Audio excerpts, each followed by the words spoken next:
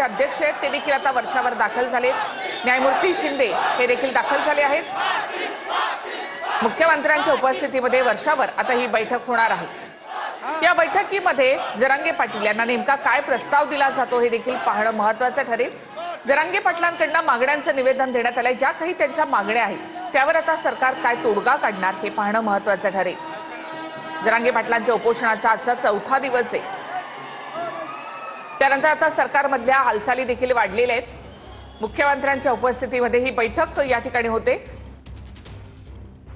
जरांगे पाटलांनी मराठवाड्यामधला सगळाच मराठा हा ओबीसी समजा अशा प्रकारची मागणी केली आहे। तर त्यावर कायदेशीर काय तोडगा सरकारकडून काढला जातो हे पाहणं महत्त्वाचं ठरेल।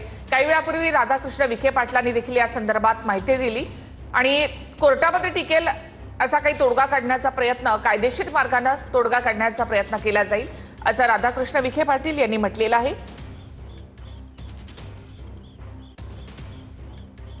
तर सगळ्याच आंदोलकांनी आझाद मैदानावर जायला हवं असं विखे पाटलांनी आवाहन केलंय।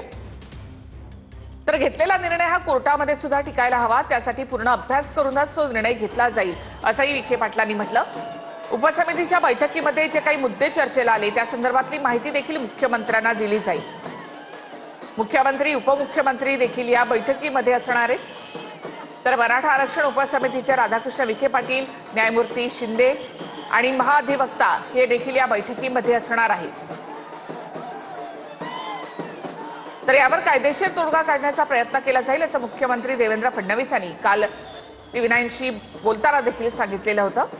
काही वेळातच वरच्यावर ही बैठक सुरू होते आणि या बैठकीमध्ये काही प्रस्ताव जो आहे तो जरांगे पाटलांना देण्यात येणारा प्रस्ताव बहुतेक तयार केला जाईल। कोणते मुद्दे त्यामध्ये असतील हे पाहणं देखील महत्त्वाचं ठरेल। सरकारकडून जो प्रस्ताव दिला जाईल त्यानं जरांगे पाटलांचं समाधान होणार आहे का हे पाहणं देखील महत्त्वाचं ठरेल। तर दुसऱ्या बाजूला सीएसएमटी स्थानकामध्ये आपण पाहतो की मराठा बांधवांकडून वेगवेगळे खेळ खेळले जात आहेत आणि आता ही कुस्तीची दृश्य आपण या ठिकाणी पाहतो। कुस्ती खेळली जाते।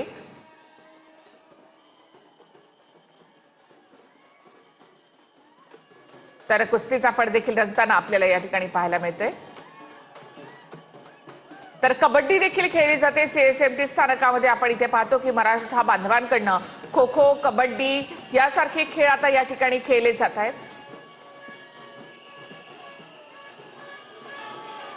तर दोन दृश्य आहेत आता। तर सीएसएमटी स्थानकामध्ये जोरदार घोषणाबाजी देखील सुरू झाली आहे।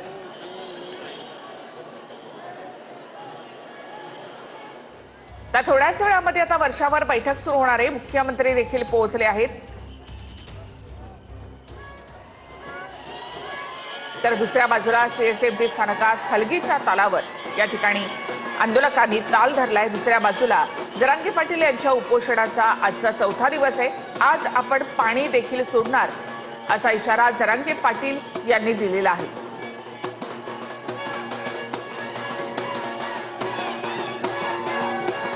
तर काही वेळातच त्यांची पुन्हा एकदा वैद्यकीय तपासणी देखील केली जाणार आहे। थेट आपण सीएसएमटी स्थानकाच्या बाहेर जाऊयात। आमचे प्रतिनिधी विजय गायकवाड यांच्याकडे। विजय, आपण पाहतो की कबड्डी असो